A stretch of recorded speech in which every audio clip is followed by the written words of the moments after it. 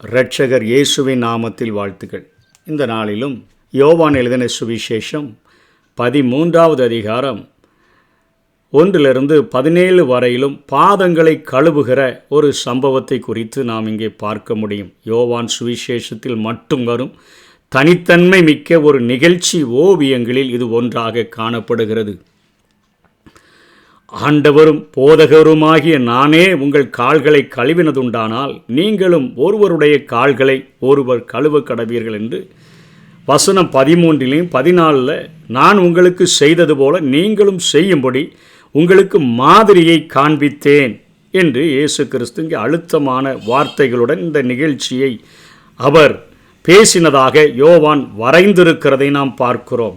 4வது வசனத்தில் இந்த 13வது அதிகாரத்தில் போஜனத்தை விட்டு எழுந்து வஸ்திரங்களை கலற்றி வைத்து ஒரு சீலையை எடுத்து அறையிலே கட்டி கொண்டு என்று பார்க்கிறோம். கடைசி வார நிகழ்ச்சியில் கடைசி இரவில் அவர்களோடு கூட பஸ்கா பண்டிகையை புசிப்பதற்காக உண்மையான பஸ்கா ஆட்டுக்குட்டி உட்கார்ந்திருக்கும் பொழுது போஜன பந்தியை விட்டு எழுந்து இயேசு கிறிஸ்து அவர்களுக்கு கடைசியாக ஒரு பாடத்தை கற்றுக் கொடுக்கிறதை பார்க்கிறோம். அவருடைய இருதயத்தை பாதித்திருந்த ஒரு காரியம், அவர் நான் மரிக்கப் போகிறேன், இந்த உலகத்தை விட்டு போகப் போகிறேன், நான் உயிரோடு கூட எழுந்து பிதாவினிடத்திற்கு போய்விடுவேன் என்று சொன்னபோதெல்லாம் அவர்களுக்குள்ளாக எவன் பெரியவனாயிருப்பான் என்கிற ஒரு சண்டை நடந்து கொண்டே இருந்தது.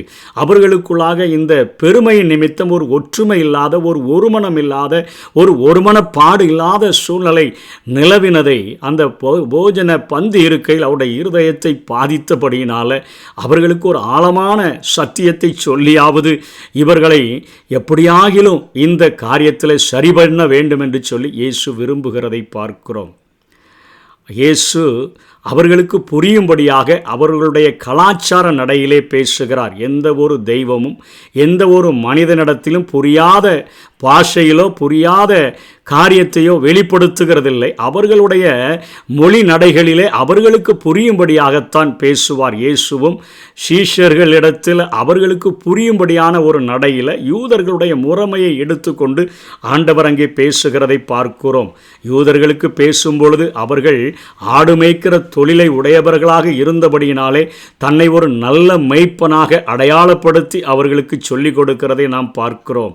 அதே போலத்தான் இங்கே அவர்களுடைய முறைமையை பயன்படுத்தி அவர்கள் செய்கிற சடங்காச்சாரத்தை பயன்படுத்தி இங்கே ஆண்டவர் அவர்களுடைய மனதிலே காணப்படுகிற ஏற்றத்தாழ்வுகளை பெருமைகளை சரி செய்யும்படியாக ஆண்டவர் இங்கே முயற்சிக்கிறதை பார்க்கிறோம். வசனம் 5 அவர் பாத்திரத்தில் தண்ணீர் வார்த்து சீஷர்களுடைய கால்களை கழுவவும் தாம் கட்டி கொண்டிருந்த சீலையினால் துடைக்கவும் தொடங்கினார். இவ்வளவு அழுத்தமாக கூறியபடி கிறிஸ்து இந்த நிகழ்ச்சியை நிறைவேற்றியது திருவிருந்தை அவர் ஏற்படுத்துகிறதற்கு முன்பாகத்தான் என்பதை நாம் தெளிவாக தெரிந்து கொள்ள முடிகிறது. அப்படி இருக்க கர்த்தருடைய பந்தியை பற்றி கூறும் மற்ற சுவிசேஷங்களிலே, அதாவது மத்தேயு 26-29 வசனங்களிலும், மார்க்கு 14வது அதிகாரம் 17-21 வரையிலும், லூக்கா 22வது அதிகாரம் 17-20 வரையிலும், மற்றும் பவுல் எழுதியிருக்கிறார் 1 கொரிந்தியர் 11வது அதிகாரம் 23-34 வரையிலும் எழுதியிருக்கிற இடத்திலே இந்த கால்களை கழுவுகிற பாதங்களை கழுவுகிற சம்பவங்கள் எழுதப்படவில்லை. அவர்கள் மறந்து விட்டார்களோ என்று கூட நமக்கு தோன்றும். இங்கே யோவான் மாத்திரம் குறிப்பிட்டிருக்கிறார். அப்படியானால் இயேசு கூறியது இது ஒரு சரீர பிரகாரமான சடங்கு அல்ல, ஆன்மீக அர்த்தம் என்பதுதான் உண்மை என்பதை நாம் புரிந்து கொள்ள வேண்டும். நீங்களும் ஒருவருடைய பாதங்களை ஒருவர் கழுவுங்கள் என்று சொன்னாரே, உடனே அவர்கள் 6 பேர் பிரிந்து கொண்டு இன்னொரு 6 பேருடைய கால்களை கழுவவில்லை. அவர்களுக்கு ஒரு ஆவிக்குரிய உண்மையை உணர்த்தி அவர்களுக்கு ஒரு பாடம் கற்பிக்கும்படியாக இயேசு கிறிஸ்து இந்த காரியத்தை செய்கிறார். பழைய ஏற்பாட்டிலும் யூதர்கள் நடுவிலும் பாதங்களை கழுவுகிற வழக்கம் இருந்தது. விருந்தினரை கனப்படுத்துகிறதற்கு அடையாளமாகவும் தங்களை தூய்மைப்படுத்துகிறதற்கு அடையாளமாகவும் அடிமைகள் எஜமான்களை கனப்படுத்துகிறதற்கு அடையாளமாகவும் பாதங்களை அவர்கள் கழுவக்கூடியவர்களாக இருந்தார்கள். ஆதியாகமம் 18:4 கர்த்தரும் அங்கே 2 தூதர்களும் வரும்பொழுது ஆபிரகாம் அவர்களுக்கு எதிர்கொண்டு ஓடி சொல்கிற காரியத்தை படித்தோம் என்று சொன்னால், கொஞ்சம் தண்ணீர் கொண்டு வரட்டும், உங்கள் கால்களை கழுவி மரத்தடியில் சாய்ந்து கொண்டிருங்கள் என்று சொல்லி, அதே போல ஆதியாகமம் 19:2 ஆண்டவன்மார்களே, அடியனுடைய வீட்டு முகமாய் நீங்கள் திரும்பி உங்கள் கால்களை கழுவி ராத்தங்கி காலையில் எழுந்து பிரயாணப்பட்டு போகலாம் என்றான் என்று லோத்து அங்கே வந்த 2 தூதர்களை குறித்து சொல்லுகிறதை பார்க்கிறோம். ஆதியாகமம் 24:32 அவனும் அவனோடு கூட வந்தவர்களும் தங்கள் கால்களை கழுவிக்கொள்ள தண்ணீர் கொடுத்தான். அங்கே ரெபேக்காளுடைய வீட்டிற்கு எலியேசரும் அவனோடு கூட சேர்ந்தவர்களும் வந்திருக்கும் பொழுது நடந்த சம்பவங்கள் இங்கே எழுதப்பட்டிருக்கிறது. ஆதியாகமம் 43:24 அந்த மனிதர் யோசேப்பின் வீட்டுக்குள்ளே கூட்டிக் கொண்டு போய் அவர்கள் தங்கள் கால்களை கழுவும்படி தண்ணீர் கொடுத்து என்று பார்க்கிறோம். யோசேப்பு எகிப்து தேசத்தில் தான் இருக்கிறான். ஆனாலும் அங்கே பழைய ஏற்பாட்டில் அவர்கள் கால்களை கழுவக்கூடிய ஒரு சடங்காச்சாரத்தை செய்தார்கள். வெளியிருந்து உள்ளே வரும்பொழுது கால்களை கழுவித்தான் உள்ளே வந்தார்கள் என்கிற காரியமானது எழுதப்பட்டிருக்கிறது. இயேசுவும் கூட லூக்கா 7:44 அங்கே ஸ்திரீனிடமாய் திரும்பி சீமோனை நோக்கி ஆண்டவர் சொல்கிறார், இந்த ஸ்திரீயை பார்க்கிறாயே, நான் உன் வீட்டில் பிரவேசித்தேன், நீ என் கால்களுக்கு தண்ணீர் தரவில்லை, இவ்வளோ கண்ணீரினால் என் கால்களை நனைத்து தன் தலைமயிரினால் அவைகளை துடைத்தாள். அதாவது பந்தி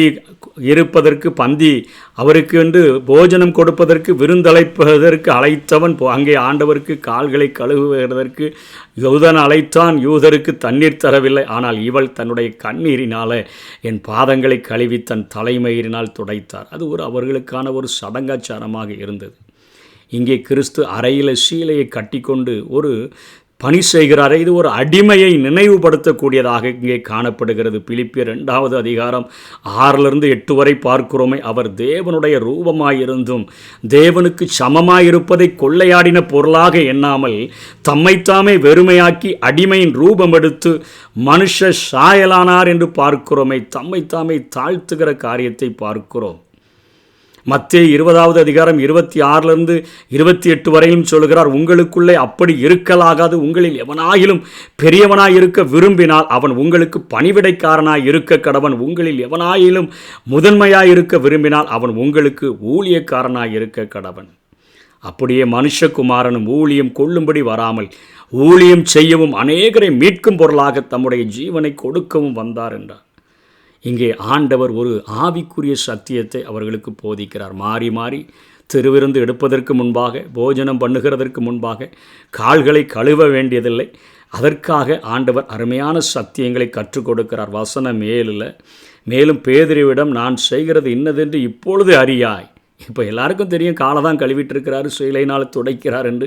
ஆனால் ஆவிக்குரிய அர்த்தம் கொண்ட சத்தியத்தை பேசுகிறபடினாலே சொல்லுகிறார், நான் செய்கிறது இன்னதென்று இப்பொழுது அறியாய், இனிமேல் அறிவாய் என்றார். இது ஆன்மீக அர்த்தமுள்ள செயலை என்பது இந்த வார்த்தையின் மூலமாய் நிரூபிக்கப்படுகிறது. வசனம் 8 நான் உன்னை கழுவாவிட்டால் என்னிடத்தில் உனக்கு பங்கில்லை, மூழ்கினவன் கால்களை மாத்திரம் கழுவ வேண்டியதாக இருக்கும் என்று பேசுகிறார். எனவே இங்குள்ள கலாச்சாரத்தில் இருந்த ஒரு வழக்கத்தை எடுத்துக்கொண்டு ஆன்மீக பொருளில் அவர்களுக்கு புரியும்படியாக ஆண்டவர் பேசி கொண்டிருக்கிறதை பார்க்கிறோம். அதாவது நாம் ரட்சிக்கப்படும் பொழுது மறுஜென்மம் முழுக்கினாலும் என்று தீத்து 3:5 பார்க்கிறோமே, ஆண்டவரிடத்தில் நம்முடைய பாவங்களையெல்லாம் அறிக்கையிடுகிறோம். அது ஒரு ஆவிக்குரிய பிறப்பு. அது ஒரு முறை எப்படி உலக பிரகாரமாக சரீர பிரகாரமாக பிறக்கிறோமோ அதே போல் ஒரு ஆவிக்குரிய பிறப்பு உண்டாகிறது. ஒவ்வொரு நாளும் ஆவிக்குரிய பிறப்பு தேவையில்லை. நாம் நீதிமான்களாக மாற்றப்படுகிறோம். நாம் என்றைக்கு நம்முடைய பாவங்களை அறிக்கையிடுகிறோமோ அன்றைக்கே ஆண்டவர் அவைகளை கடலின் ஆழத்தில் போட்டு விடுகிறார். முதுகுக்கு பின்பாக எரிந்து விடுகிறார். கார்மேகத்தை போல அகற்றி விடுகிறார். மேற்குக்கும் கிழக்குக்கும் எவ்வளவு தூரமோ அவ்வளவு தூரமாய் விலக்கி விடுகிறார். அதை மறந்து விடுகிற தேவனாய் இருக்கிறார். அதற்பின்பு அதை அவர் நினையாத தெய்வமாய் இருக்கிறார். ஆனால் அந்த ஆவிக்குரிய பிறப்பு பிறந்த பின்பு நாம் தவறி செய்கிற ஒரு சில தவறுகளை ஒவ்வொரு நாளும் எப்படி நாம் வெளியே குளிச்சுட்டு செல்லும் பொழுது கால்களிலே கைகளிலே படுகிற தூசியை கழுவுகிறதற்கு சாப்பிடுகிறதற்கு முன்பாக சுத்திகரிக்கிறோமோ அதே போல் இயேசுவின் இரத்தத்தினால் ஒவ்வொரு நாளும் நாம் நம்மை ஆராய்ந்து பார்த்து கழுவணும் அப்படிங்கிற சத்தியத்தை தான் இங்கே ஆண்டவர் பேசுகிறார். வசனம் 12 திரும்பவும் சொல்லுகிறார், நான் உங்களுக்கு செய்ததை நீங்கள் அறிந்திருக்கிறீர்களா? உங்களுக்கு புரிஞ்சிருச்சான்னு கேட்குறாரு. கால்களை கழுவியிருக்கிறார். ஆனால் நான் உங்களுக்கு செய்ததை நீங்கள் அறிந்திருக்கிறீர்களா, அதாவது புரிந்து கொண்டிருக்கிறா என்று கேள்வி கேட்கிறார். நானே இவ்வளவு தாழ்மையாய் அடிமையைப் போல உங்கள் பாதங்களை கழுவி துடைக்கும்படிக்கு இறங்கினேன் ஆகில் நீங்கள் உடன் விசுவாசிகள் தொடர்பில் எவ்வளவாய் ஒருவருக்கொருவர் தாழ்மையுடன் நடந்து கொள்ள வேண்டும் என்கிற ஒரு சத்தியத்தை ஆண்டவர் பேசுகிறார். அதனைத் தொடர்ந்து திரும்பவும் ஆண்டவர் அவர்களுக்கு ஒரு காரியத்தை கற்றுக் கொடுக்கிறார். என்ன காரியம்? நான் உங்களில் அன்பாயிருக்கிறது போல நீங்களும் ஒருவரில் ஒருவர் அன்பாயிருங்கள் என்கிற ஒரு சத்தியத்தையும் அவர்களுக்கு கற்றுக் கொடுக்கிறதை பார்க்கிறோம். ஒருவரில் ஒருவர் அன்பாயிருங்கள். நீங்கள் ஒருவரில் ஒருவர் அன்பாயிருந்தால்தான் இந்த உலகத்தில் நீங்கள் எல்லாரும் என்னுடைய சீஷர்கள், இயேசுவினுடைய சீஷர்கள் என்று அறிந்து கொள்வார்கள் என்று காரியத்தை ஆண்டவர் போதிக்கிறார். அப்போனா அர்த்தம் என்ன? இந்த திருவிருந்தில் பங்கு கொள்ளும் பொழுது பாதங்களை கழுவ வேண்டிய தேவையில்லை. அதற்கு பதிலாக நம்ம செய்ய வேண்டிய காரியம் என்னன்னு சொன்னால், 1 கொரிந்தியர் 11ஆம் அதிகாரம் 27 32 வரையிலும் பவுல் எழுதியிருக்கிறாரு. ரட்சிக்கப்பட்ட நாம் நம்மை ஆராய்ந்து பார்த்து நம்மை நிதானித்து அறிந்து அந்த பந்தியில் பங்கு பெற வேண்டும். இயேசு கிறிஸ்துவின் இரத்தத்தினால் தவறி செய்த பாவங்களும் ஆவிக்குரிய பிறப்பை அடைந்த நாம் ஆராய்ந்து பார்த்து கழுவ வேண்டும். உன் பந்தியில் இருக்கிறவர்களுக்கு ஒரு அடிமையைப் போல தாழ்மை உள்ளவனாக விளங்க வேண்டும் என்கிற காரியத்தை கற்றுக் கொடுக்கிறார். அதாவது ஒவ்வொருவரையும் நாம் இந்த உலகத்தில் நம்மிலும் மேலானவர்களாக எண்ண வேண்டும் என்கிற ஒரு சத்தியத்தை தான் ஆண்டவர் கற்றுக் கொடுக்கிறார். பந்தி இருக்கும்போது பாதங்களை கழுவின பின்பு காலை வாரி விடுகிற விசுவாசிகளைப் போல நாம் இருந்துவிடக்கூடாது. நாம் ஆண்டவருடைய சமூகத்தில் தாழ்மையாக இருந்து ஒவ்வொருவரையும் நம்மில் மேலானவர்களாக எண்ணி வாழ வேண்டும் என்பதற்காக திருவிருந்திற்கு முன்பாக ஆண்டவர் இந்த சத்தியத்தை கற்றுக் கொடுக்கிறார். நாம் கடைபிடிக்க வேண்டிய 2 சடங்காச்சாரங்கள் புதிய ஏற்பாட்டிலே நமக்கு போதிக்கப்படுகிறது. ஒன்று ஞானஸ்நானம், மூழ்கி எடுக்கிற ஞானஸ்நானம்.